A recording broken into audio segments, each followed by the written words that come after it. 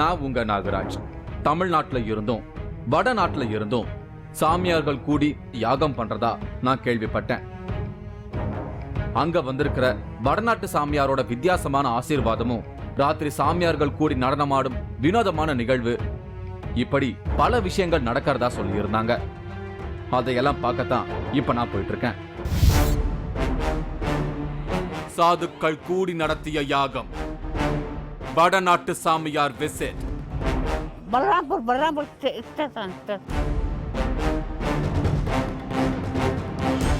இதுவரை பார்த்திராத சாமியார்களின் உலகம்.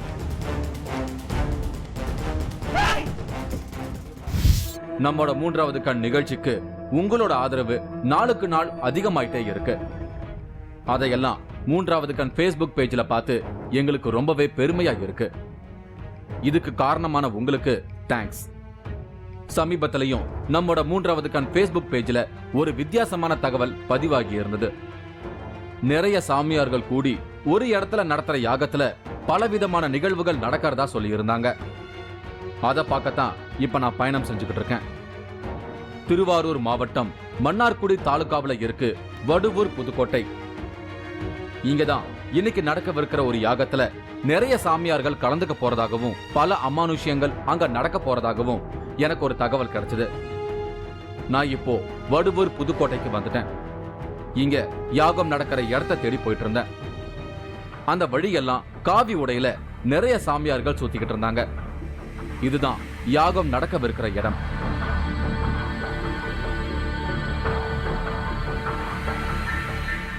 யாகத்துக்கான ஒரு பெரிய குழி வெட்டி வச்சிருந்தாங்க.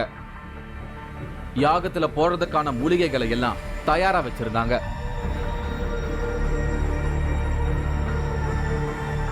இன்னைக்கு நைட்டு தான் இந்த யாகம் நடக்கவிருக்கு. இங்க ஒரு புத்துல சுயம்பு மாரியம்மனை வச்சு வழிபாடு நடத்திக்கிட்டு வராங்க. அந்த இடத்தையெல்லாம் நான் சுத்தி பார்த்தேன். தரையோடு தரையா இருக்கிற ஒரு புத்து, அதுல ஒரு சுயம்பு மாரியம்மன் சிலை. இதையெல்லாம் பார்க்கும் போதே ஒரு அமானுஷ உணர்வு ஏற்பட்டுச்சு.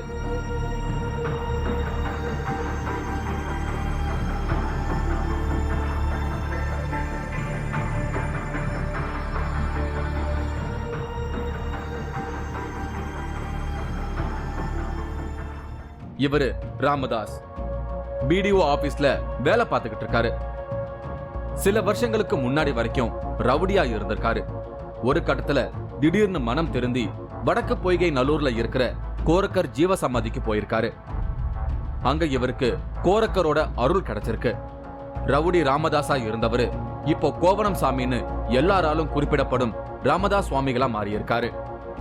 ஒருத்தன் அடிக்கணும், ஒருத்தனை வெட்டணும்னா அதை முடிச்சுட்டு வந்து தான் தூங்குறது. கடையை உடைக்கணுமா உடைச்சிடணும். அவர் எது அப்படின்னா ஒரு முரட்டுத்தனமான புத்தி, எதை எடுத்தா சாச்சிடணும். அப்படி இருக்கும்போது வந்து வீட்டில் குழந்தைங்களை பார்க்கும்போது எனக்கு சேப்படாங்க தப்பு பண்ணிட்டேமே, இவ்வளோ தப்பு பண்ணிட்டேமே, நம்ம குடிச்சப்போ இவ்வளோ செலவு பண்ணோம், நம்ம பிள்ளைங்களுக்கு ஒரு ரொட்டி கூட வாங்கி கொடுக்க வழியெல்லாம் விட்டுட்டோமே அப்படின்னு நினச்சிருக்கும்போது ஃபீல் பண்ண ஆரம்பிச்சேன். காசை வாங்கிட்டு நிற்கிறேன். 6 மணிக்கு ஒரு போக்கு லாரி வருது நாகப்பட்டினம் போது. இங்கே நான் சித்தர்களுக்கு போனேன், ஏறி வண்டியில் கொண்டு வந்தேன். அன்னைக்கு வந்து நைட்டு அவர்கிட்ட குந்திட்டேன், அப்படியே அழுதேன். நாகப்பட்டினம்ல வடக்கு பொய்கநல்லூர் கோரக்கர் ஜீவசமாதியில் வந்து நான் அழுகிறேன். அழுகும்போது எனக்கு ஒரு காதில் ஒரு அசரு, உனக்கு நான் இருக்கேன், உனக்கு நான் உள்ளுக்குள்ளே வரேன் அப்படின்னு என்கிட்ட ஒரு அசரியில் சொல்கிறேன். அப்போ அசரியில் நான் மனசில் இவர் என்கிட்ட வருவாரான்னு நான் கேட்குறேன். அப்போ எனக்கு பள்ளி உத்தரவு கொடுக்குது. திரும்பியும் கேட்குறேன், உத்தரவு கொடுக்குது. அப்போ ஒரு உணர்வு வந்து உடம்புல குந்துனாங்க. கோரக்கர் இவருக்குள்ள வந்து இங்க வரவங்களோட பிரச்சனைகளை எல்லாம் தீர்த்து வைக்கிறாராம். அது மட்டுமல்லாம சித்தர்கள் வழிபடும் வாழைப்பெண் தெய்வமான பாலா இந்த புத்துக்குள்ள இருக்கிறதா இவரு உணர்ந்திருக்காரு. இப்படி பல விதமான அமானுஷ சக்தி இவருக்கு கிடைச்சதால தான் இவரு வழிபடும் இந்த கோயிலை தேடி ஏராளமான சாமியார்கள் அடிக்கடி இங்க வராங்க. நான் இங்க போயிருந்த சமயத்திலையும் யாகத்துல கலந்துக்க நிறைய சாமியார்கள் இங்க வந்திருந்தாங்க. ராத்திரி ஆனதுமே யாகத்துக்கான வேலைகள் ஆரம்பமாச்சு. கலச பூஜை எல்லாம் செஞ்சு யாகத்தை தொடங்கினாங்க.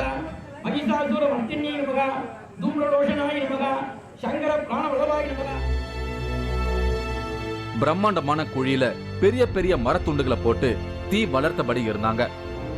அதுல போட ஏராளமான இனிப்பு கார வகைகளை எல்லாம் வாங்கி வச்சிருந்தாங்க. வருஷத்துக்கு ஒரு முறை இப்படி பிரம்மாண்டமான யாகத்தை செய்யறாங்க. பாரம்பரியமான மடத்துல இருந்தெல்லாம் இதுல கலந்துக்க சாமியார்கள் வந்திருந்தாங்க. யாகம் நடந்துட்டு இருந்த சமயத்துல அங்க வந்தாரு ஒரு நிர்வாண சாமியார்.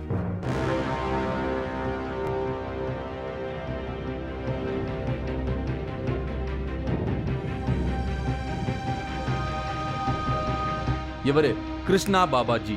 இவரு வெஸ்ட் பெங்கால சேர்ந்தவரு. தமிழ்நாட்டுக்கு வந்து கொஞ்ச நாள் தான் ஆகுது. இப்போ இவரு தஞ்சாவூர்ல ஒரு மாரியம்மன் கோயில்ல தான் இருந்துகிட்டு இருக்காரு. இப்போ இந்த யாகத்துக்காக இங்க வந்திருந்தாரு.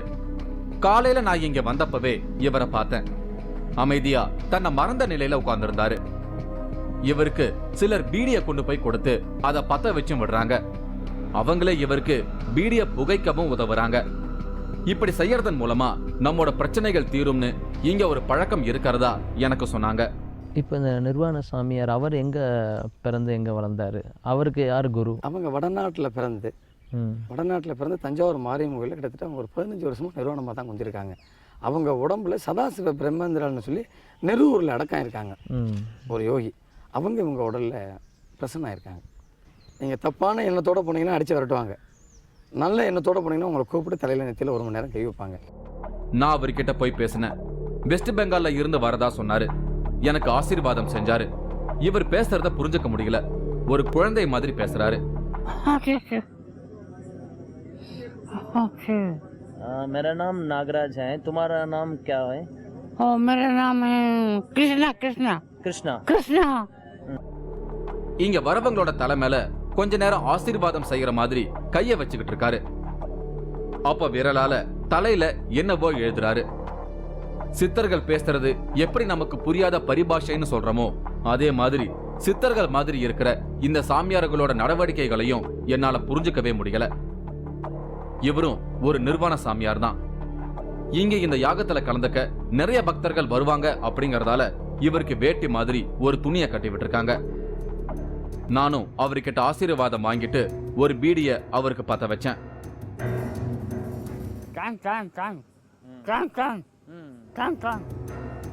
அழகா புகைச்சபடியே மேல பாத்துக்கிட்டு இருந்தாரு.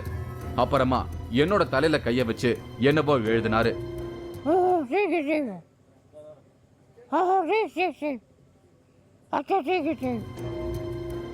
எனக்குள்ள என்னவோ சில சேஞ்சஸ் நடக்கிற மாதிரி நான் ஃபீல் பண்ணேன். நம்ம கேமராமேன் அவர் ஷூட் பண்ணிக்கிட்டு இருக்கும்போது என்ன நினைச்சாரோ தெரியல, திடீர்னு கேமரா லென்ஸ்ல கைய வச்சாரு. பதறி போன ராம்தாஸ் அதை தடுக்க போனாரு. ஆனா நான் அவர் என்ன வேணாலும் செய்யட்டும், தடுக்காதீங்கன்னு சொல்லிட்டேன். ஷூட் பண்ண வீடியோஸ் எல்லாம் போட்டு பார்க்கும்போதுதான் கிருஷ்ணன் பாபாஜி ஏன் அப்படி செஞ்சாருன்னு எனக்கு புரிஞ்சுது. எல்லார் தலைமையிலையும் அவர் கைய வச்சு ஆசீர்வாதம் பண்ற மாதிரி ஒரு ஃபீல் இந்த வீடியோவை பார்க்கும்போது கிடைக்குது. பாருங்க, இப்ப உங்களுக்கும் அவர் ஆசீர்வாதம் செய்யற மாதிரி உங்களால உணர முடியும். பிரச்சனையோட இருக்கிறவங்களுக்கு 3வது கண் நிகழ்ச்சி மூலமா அவங்க இருக்கிற இடத்துல இருந்தபடியே தீர்வுகள் கிடைக்கணும் அப்படிங்கிறது தான் நம்ம டீமோட ஆசை. அது இந்த மாதிரியான சாதுக்களோட ஆசீர்வாதத்தின் மூலமா நிறைவேறுவதை பார்க்க சந்தோஷமா இருக்கு. வயசானவங்களுக்கும் நோய்வாய்ப்பட்டவங்களுக்கும் இப்படி ஒரு அனுபவம் கிடைக்கத்தான் கிருஷ்ணன் பாபாஜி இப்படி கேமரா வழியா ஆசீர்வாதம் செஞ்சிருக்காரு. நாம பிளான் எதுவும் பண்ணாம நடந்த ஒரு விஷயம் இது. எனக்கு திரும்பவும் அவர் ஆசீர்வாதம் செஞ்சாரு. அடுத்து அங்கிருந்து எழுந்து வந்து கொஞ்ச நேரம் யாகத்துக்கு முன்னாடி அமைதியா உட்கார்ந்திருந்தாரு. அப்புறம் யாகம் நடக்கிற இடத்துலயே நிர்வாணமா படுத்திருந்தாரு. திடீர்னு புத்து இருக்கிற இடத்துல போய் உட்கார்ந்து அங்க வந்த ஒரு சிலருக்கு தலையில கைய வச்சு ஆசீர்வாதம் செஞ்சிட்டு இருந்தாரு. இவங்க ஈஸ்வரி. இங்க தொடர்ந்து பல வருஷங்களா வந்துகிட்டு இருக்காங்க. இவங்களும் கிருஷ்ணன் பாபாஜி கிட்ட போய் ஆசீர்வாதம் வாங்கினாங்க. அவங்களுக்கும் தலையில கொஞ்ச நேரம் கைய வச்சு என்னவோ எழுதிக்கிட்டு இருந்தாரு. இந்த கோயில் 9 வருஷமா நடந்துட்டுருக்கு. புற்றடி மாரியம்மன் கோயில்னு பேர் இதுக்கு. இதுக்கு வருஷம் நாங்கள் வந்துட்ருக்கோம். இங்கே பிரத்யங்கர யாகம் நடத்துவாங்க, வருஷம் நடத்துவாங்க. அப்போ எங்கெங்கேருந்து மகான்கள் வருவாங்க. காரைக்குடி, பரமக்குடி, திண்டுக்கல், கமுதி அப்படின்னு தமிழ்நாட்டில் எல்லா இடத்துல இருந்தும் இங்கே ஏகப்பட்ட மகான்கள் வருவாங்க. கிருஷ்ண பாபா அவங்கள்ட்ட ஆசீர்வாதம் வாங்கினா அவங்க தலையில் ஏதோ வச்சு இப்படி பண்ணுவாங்க, எழுதுறது மாதிரி பண்ணுவாங்க. அப்படி பண்ணுறதா நம்ம நினச்சது நடக்கும். சுயம்பு அம்மா பீடம்ல கிருஷ்ணன் பாபாஜி அப்படின்ற ஒரு மகான் இருக்கார். அவர் வெஸ்ட் பெங்கால்லேருந்து வந்திருக்கிறதா சொல்கிறாங்க. அவர் எப்பயுமே நிர்வாணமாக தான் இருப்பாராம். இங்கே உள்ள மக்கள் தான் அவருக்கு வேஷ்டி கட்டி விட்டால் மட்டும் சில சமயம் உடையில் இருப்பார், மற்றபடி எப்பயுமே நிர்வாணமாக இருப்பார். அவர்கிட்ட ஆசீர்வாதம் வாங்கினா அவர் நம்ம தலையில் கை வச்சு ஏதோ ஒரு சில வார்த்தைகளால் எழுதுறாரு. அப்படி எழுதுறதன் மூலமாக நம்மளோட பிரச்சனைகள் சால்வ் ஆகும் அப்படின்னு இங்கே உள்ள ஊர் மக்கள்லாம் சொல்கிறாங்க. நானும் அவர்கிட்ட ஆசீர்வாதம் வாங்கினேன். எனக்கும் ரொம்ப நேரம் தலையில் கை வச்சு ஆசீர்வாதம் பண்ணார். அப்படி ஆசீர்வாதம் பண்ணும்போது ஏதோ ஒரு வார்த்தைகள் இப்படின்னு எழுதுகிற மாதிரி மட்டும் எனக்கு தெரிஞ்சுது. ஆனால் அவர் என்ன எழுதுறாரு அப்படின்றது எனக்கு தெரியலை. ஆனால் இதுக்கப்புறம் என்னோட வாழ்க்கையில் மிகப்பெரிய நன்மைகள் ஏற்படும் அப்படின்ற ஒரு நம்பிக்கை மட்டும் எனக்கு ஏற்பட்டது. கருநாகம், ராசநாகம், பாப்பரநாகம், சிகப்பு, மஞ்சள், நிறையா 7 நாகம். பால் ஊற்றினா எல்லா ஹோட்டலையும் போய் எட்டி பார்க்கும்.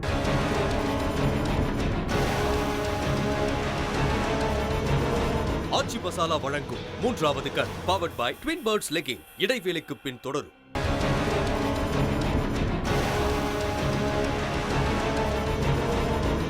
ஆச்சி மசாலா வழங்கும் 3வது கண் powered by twin birds legging தொடர்கிறது. இன்னைக்கு நான் திருவாரூர் மாவட்டம் மன்னார்குடி தாலுகாவுல இருக்கும் வடுவூர் புதுக்கோட்டையில இருக்கேன். இங்க நடக்கிற ஒரு யாகத்துல கலந்துக்க தமிழ்நாட்டுல இருந்தும் வடநாட்டுல இருந்தும் ஏராளமான சாமியார்கள் வந்திருக்காங்க. சாமியார்கள் கூடி நடத்தும் இந்த யாகத்துல பலவிதமான அமானுஷங்கள் நடக்கிறதா கேள்விப்பட்டு அதையெல்லாம் பார்க்கத்தான் நான் இங்க வந்திருக்கேன். இவங்க பத்மாவதி, ராமதாஸோட அம்மா.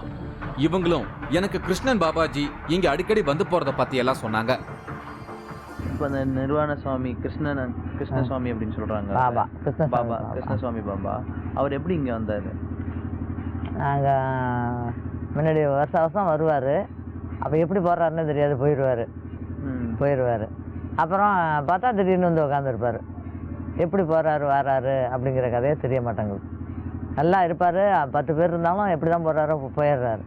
நடக்கவே முடியல, ரொம்ப சிரமப்படுறாரு. எப்படி தான் போனாரோ. இங்கே வந்தப்போ மாதிரி காணா போயிட்டார். ஒரு தடவை காணா போய் நைட்டில் எங்கே பார்த்தாலும் தேடி அலைஞ்சோம். அப்புறம் ரொம்ப அழைச்சிட்டு வந்துட்டாங்க. ரொம்ப தூரம் போயிட்டார். அழைச்சி வந்து வச்சுருந்தோம். அதனால தான் இப்போ கேட்டெல்லாம் போட்டு பூட்டிடுவோம். தனியாக எங்கேயாவது போயிட்டா என்ன பண்ணுறது? ஒரு இடத்துல இருக்கவே மாட்டார். சித்தர்லாம் இருக்கவே மாட்டாங்களாம். இதை விட இப்போ ஒரு 6-7 சாமியார் வந்துட்டாங்க. வந்துட்டு அந்த ஆத்தா யாரையுமே வச்சுக்கவே இல்லை, பிடிக்கல யாருமே. எல்லாம் போயிடுறாங்க. 3 மாதம்தான், 6 மாதம் அவ்வளோதான் கணக்கு, போயிடுறது. அதே மாதிரி இவரும் இருக்காரு. எப்போ போகிறாருன்னு தெரியாது. இவர் எங்கேருந்து அழைச்சிட்டு வந்தீங்க? தஞ்சாவூரில் இருந்தார், மாட்டிமங்கலில். அங்கே எவ்வளோ நாள் இருந்தார்? அங்கே தான் முன்னாடி ஒரு 5-6 வருஷமாக அங்கே இருக்கார். வடநாட்டில் இருந்தாராம். அங்கே வந்து இருந்தார். எங்கள் பையன் போகிறப்பெல்லாம் என்னை அழைச்சிட்டு போ, காடியில் அழைச்சிட்டு போங்கிறது. அவன் சரின்னு அழைச்சாந்து வச்சுக்கிறது. போவையில் எப்படி போகிறாரோ போயிடுறாரு. இங்க இருக்கிற புத்துக்குள்ள 7 விதமான பாம்புகள் இருக்கு. அதையெல்லாம் நேரடியா இவங்க பார்த்திருக்காங்க. அதுவும் ஒவ்வொன்றும் ஒவ்வொரு வெரைட்டியில இருக்கிறதா இவங்க சொல்றதை கேட்கும் போதே எனக்கு அதிர்ச்சியா இருந்தது. இடத்துல சாமி இருக்கு, நல்லா கும்பிடுங்கன்னாங்க. வரும், பால் ஊற்றுவேன், வந்து பார்க்கும் வெளியில். இப்போ நாகம்லாம் நீங்கள் பார்த்துருக்கீங்க? பார்த்துருக்கேன். அதில் இந்த ஒரு சட்டை தான் 5 அடி இப்போ இது பிரேம் பண்ணி வச்சுருக்கோம். பாக்கியெல்லாம் அப்படியே சுக்காக உடஞ்சி கிடக்கும். பால் ஊற்றினோன்னா 7 இதுலேயும் 7 பாம்பு இருக்கும்.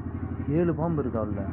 கருநாகம், நெசமாலுமே கருநாகம், ராசநாகம், பாப்பரநாகம், இன்னும் நமக்கு சிகப்பு, மஞ்சள், நிறையா 7 நாகம். பால் ஊற்றினா எல்லா ஹோட்டலையும் போய் எட்டி பார்க்கும். இப்போ நீங்கள் டிவி எடுக்கையிலே அங்கே அந்த இடத்துக்கிட்ட பார்த்துட்டேனே, பூ கிடந்துச்சு மேலே. அதான் நான் எடுத்தேன்னா அப்படியே தலையை வச்சு பார்த்துக்கிட்டே இருந்துச்சு. இப்போ நம்ம எடுக்கிறதுக்கு பால் ஊற்றும் போது பார்க்கலாமா? அது வெளியில் கூட்டமாக இருந்தால் வராது. லைட்டு வெளிச்சம் வராது. நாங்க இந்த புத்தை ஷூட் பண்ணிக்கிட்டு இருக்கும் போதே ஒரு பாம்பு வெளியே வந்து எட்டி பார்த்ததுன்னு பத்மாவதி சொன்னதை கேட்டதும் நான் கொஞ்சம் பயந்து தான் போனேன். இவங்க சொல்றதுக்கு சாட்சியா புத்து இருக்கிற இந்த இடத்துல சுவத்துல ஒரு பாம்போட சட்டைய ஃப்ரேம் போட்டு வச்சிருக்காங்க. அதுவே நீளமா ஒரு 5.5 அடிக்கு மேல இருந்தது. இந்த புத்துல குடியிருக்கும் நாகசக்தியால தான் இந்த இடம் இவ்வளவு பவர்ஃபுல்லா இருக்கிறதா பலரும் நம்புறாங்க. ஈஸ்வரியும் கூட இந்த புத்துல பாம்பு இருக்கிறத பார்த்திருக்கிறதா எனக்கு ஒரு ஸ்டேட்மெண்ட் கொடுத்திருந்தாங்க. இங்க புத்துக்கு பூஜைகள் நடக்கிற மாதிரியே சித்தர்களுக்கும் பூஜைகள் நடத்தப்படுது.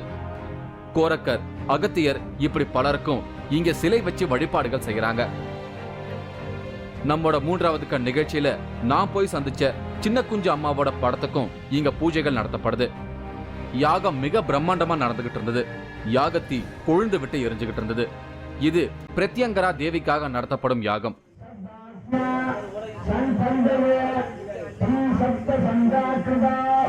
உலக நன்மைக்காக தான் இது நடத்தப்படுது. அதனால தான் தமிழ்நாட்டின் பல பகுதிகளில் இருந்தும் ஏராளமான சாதுக்கள் வந்து இந்த யாகத்துல கலந்துகிட்டு இருக்காங்க.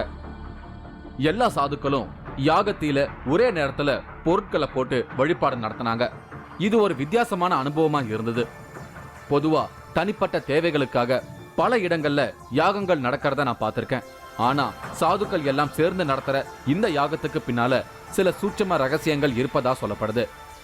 ஹிமாலயாஸ்ல கூட சாமியார்கள் எல்லாம் சேர்ந்து இப்படி சில யாகங்களை அடிக்கடி நடத்துவாங்கன்னு நான் கேள்விப்பட்டிருக்கேன். தியானத்துல ஒரு நிலையை அடைஞ்ச சாதுக்கள் இப்படி ஒண்ணு கூடி யாகம் செஞ்சு இயற்கை சீற்றங்கள், நோய் இந்த மாதிரியான பிரச்சனைகள்ல இருந்து மனித குலத்தை மீட்க பிரார்த்தனை செய்வாங்க. அப்படி ஒரு முக்கியத்துவம் வாய்ந்த யாகம் தான் இங்க நடந்துகிட்டு இருக்கு. இவரு சுப்பிரமணி. இவர் மேல சாம்பையா சாமி இறங்கி ஒரு வித்தியாசமான அருள்வாக்கு சொல்றாரு. இந்த யாகம் முடிஞ்சதும் இவர்கிட்ட எல்லா சாமியாரும் சாம்பையா அருள்வாக்கு கேட்கவிருக்காங்க. அப்போ இவர் தீச்சட்டிய தூக்கிக்கிட்டு தடியோட நின்னு இந்த யாகம் முழுமையா நடந்திருக்கா இல்லையான்னு ரிசல்ட் சொல்லிடுவாராம். அதுக்காகத்தான் சுப்பிரமணிய இங்க வர வச்சிருக்காங்க. அப்படி அருள்வாக்கு சொல்லி முடிச்சதும் தான் மயங்கி விழுந்தா யாரும் தன்னை தூக்க கூடாதுன்னு எனக்கு முன்கூட்டியே கண்டிஷன் எல்லாம் போட்டாரு சுப்பிரமணி. அந்த சமயத்துல இவரை யாராவது தூக்குனா இவருக்கு உணர்வே வராம போயிடுமா? வணக்கம். இங்கே நான் சாமி வர்ற வரைக்கும் இருந்து எல்லாருமே சாமிகிட்ட கேட்டுப்போங்க. இப்போ நான் இப்போ வந்து மனிதனாக இருக்கேன், உங்கள்கிட்ட மனிதனாக தான் இருக்கேன். நான் சாமி வந்து அருள்வாக்கு சொல்லும்போது என்னுடைய சுயநிலை நான் சொல்லலை. ஆனால் என் கீழே விழுந்த பிறகு என்னை யாரும் தூக்கக்கூடாது. தூக்குனீங்களா மரத்தை எப்படி மரத்தை வெட்டி போட்டு மரத்தை நிமித்தம் நான் வளைக்க முடியாதோ அது மாதிரி என்னுடைய உடம்பு ஆயிடுது. அதுக்காக தூக்கக்கூடாது. தூக்கக்கூடாது. நானே எழுப்பிடுவேன். ஒரு 15 நிமிடமும் தூக்கம் வந்தீங்கன்னா ஒரு 15 நிமிடத்தில் எழுப்பிடுவேன். தூக்குனீங்களாம் மணிக்கிழங்கில் தூக்கி நிமித்து வச்சு பிடிச்சிட்டு இருக்கணும். 4 பேருக்கு இடுப்பில் ஏறி மிதிச்சா கூட என்னுடைய உடம்பு வளையாதான், வளைய மாட்டேங்குதுன்னு சொல்கிறாங்க. எனக்கு அது தெரியலை. அதனால என்னை தூக்காமல் எந்த இடத்துல போய் முள்ளு மேலே விழுந்தாலும் தான், எங்கேயாவது காடுகளில் விழுந்தாலும் தான், இல்லை ஏதாவது கல் மேலே விழுந்தாலும் தான், எனக்கு எந்த காயமும் அடிபடலை. என்னை தூக்காமல் போட்டீங்கன்னா எழுப்பிடுவேன். அதனால ராத்திரி நடக்கவிருக்கிற அந்த உக்கிரமான அருள்வாக்க பார்க்கிற ஆர்வத்தோட நான் காத்திருந்தேன். யாகம் நடந்து முடிஞ்சது. ராமதாஸ் உட்பட ஒரு 5 பேர் கோமணத்தோட புத்துக்கோயில் முன்னாடி வந்தாங்க. உடம்பெல்லாம் விபூதி பூசி தயாரானாங்க.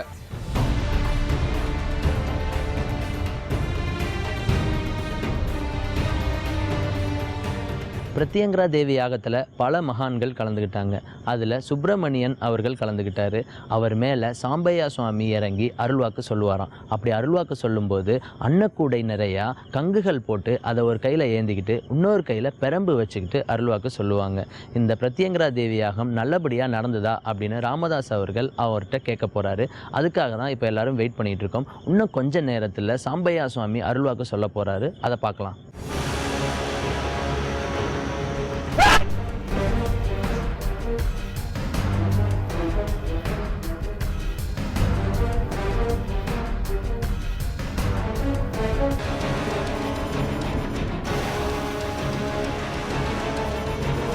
ஆச்சி மசாலா வழங்கும் 3வது கண் powered by twin birds legging. இடைவேளைக்கு பின் தொடரும்.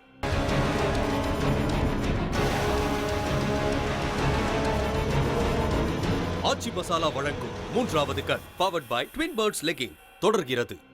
திருவாரூர் மாவட்டம் மன்னார்குடி தாலுகாவில் இருக்கு வடுவூர் புதுக்கோட்டை. இங்க நடக்கிற ஒரு யாகத்துல கலந்துக்க தமிழ்நாட்டோட பல பகுதிகளில் இருந்தும் வடநாட்டுல இருந்தும் ஏராளமான சாமியார்கள் வந்திருக்காங்க. தலையில எழுதி ஆசீர்வாதம் செய்யும் வடநாட்டு சாமியார், தீச்சட்டி தடியுடன் அருள்வாக்கு, சாமியார்களின் மிட் நைட் டான்ஸ், இப்படி பலவிதமான வித்தியாசமான நிகழ்வுகளை பார்க்கத்தான் நான் இங்க வந்திருக்கேன். சாம்பையா சாமி அருள்வாக்கு சொல்லும் சுப்பிரமணியும் தயாரா இருந்தாரு. ஒரு அலுமினிய அன்னக்கூடையில அக்னி வளர்த்துட்டு இருந்தாங்க. அதுல நல்ல நெருப்பு தயாரானதும் அருள்வாக்கு சொல்ல தயாரானாரு சுப்பிரமணி. சாம்பிராணி புகை அந்த இடமெங்கும் பரவுச்சு. திடீர்னு கத்தியபடியே சாமி வந்து ஆடத் தொடங்கினாரு சுப்பிரமணி.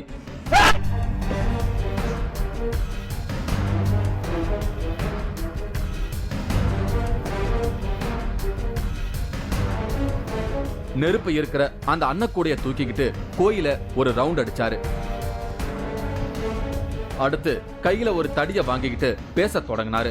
இந்த யாகம் தனக்கு திருப்திதான ரிசல்ட் சொன்னாரு. ஆனா உனக்கு கொஞ்சம் தான் நிம்மதியை கொடுத்திருக்கேன்னு வாக்கு சொன்னாரு. அடுத்து அங்கிருந்த ஒவ்வொரு சாமியாருக்கும் வாக்கு சொன்னாரு. கடைசியா ராமதாஸோட தலையில இடிச்சு வித்தியாசமா அவருக்கு ஆசீர்வாதம் செஞ்சாரு. இதையெல்லாம் திகிலோட பார்த்துட்டு இருந்த எனக்கு கையில ஒரு எலுமிச்சம்பழத்தை கொடுத்து ஆறுதலா சில வார்த்தைகளை சொன்னாரு. சொன்ன உடனே உனக்கு ஒரே சில சாம்பார் வாங்கிட்டு தான் போகணும். அவ்வளவுதான். எல்லாருக்கும் அருள்வாக்கு சொல்லி முடிச்சதும் யாகம் நடந்த இடத்துக்கு போய் திடீர்னு கத்திக்கிட்டு வெட்டின வாழை மரம் போல கீழே சரிஞ்சாரு. அவர் ஏற்கனவே யாரும் தூக்க கூடாதுன்னு கண்டிஷன் போட்டிருந்ததால நான் பதட்டத்தோட காத்திருந்தேன். கொஞ்ச நேரம் ஆனதும் அங்க இருந்த ஒரு தூணை பிடிச்சபடி தன்னோட ஒவ்வொரு காலையும் அவரே பிடிச்சு நிமித்தி வச்சு ரொம்ப சிரமப்பட்டு எழுந்தாரு. இப்போ சுப்பிரமணி நார்மல் ஆயிட்டாரு. அவ்வளவுதான். எல்லாம் முடிஞ்சதுன்னு நினைச்சுக்கிட்டு இருந்த சமயத்துல தான் நான் எதிர்பார்க்காத ஒரு விஷயம் ஆரம்பமாச்சு. உடலெங்கும் விபூதி பூசிக்கிட்டு வாக்கு கேட்டு நின்னுகிட்டு இருந்த சாமியார்கள் எல்லாம் டான்ஸ் ஆட தொடங்கிட்டாங்க. யாகம் நல்லபடியா முடிஞ்சதால சாமியார்களோட ருத்ர தாண்டவத்தோட தான் இந்த பூஜை முடியணுமா. இது ஒரு வெரைட்டியான டான்ஸா இருந்தது.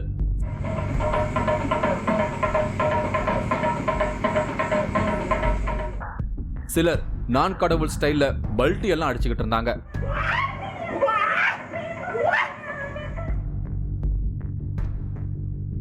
எனக்கு ஒண்ணுமே புரியல.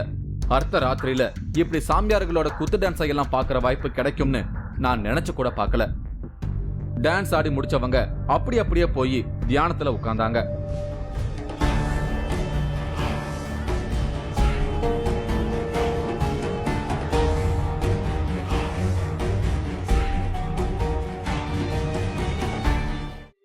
நான் அங்கிருந்த புத்துக்குள்ள இருக்கிற வாழைப்பெண் தெய்வத்தை வணங்கிட்டு அங்கிருந்து புறப்பட்டேன். சாமியார்களின் உலகம் ரொம்பவே வித்தியாசமானது. அப்படி ஒரு உலகத்துக்குள்ள இருந்து விடை பெற்று நான் திரும்பினேன்.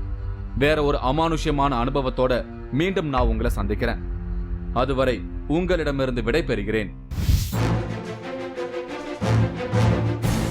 தவத்தின் சக்தியை உணர்த்தும் நூரோந்து மலை,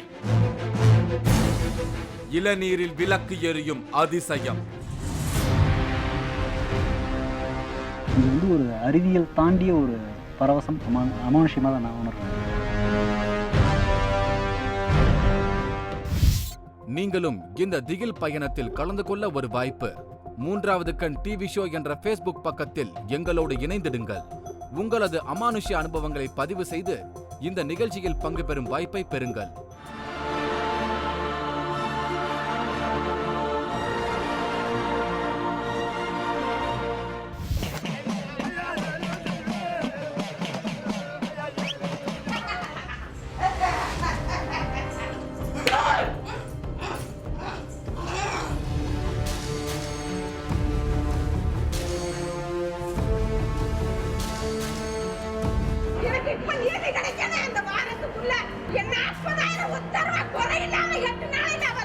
சின்ன வச்சு அவ கரிய சின்ன வச்சு நீ கொடுக்கணும்.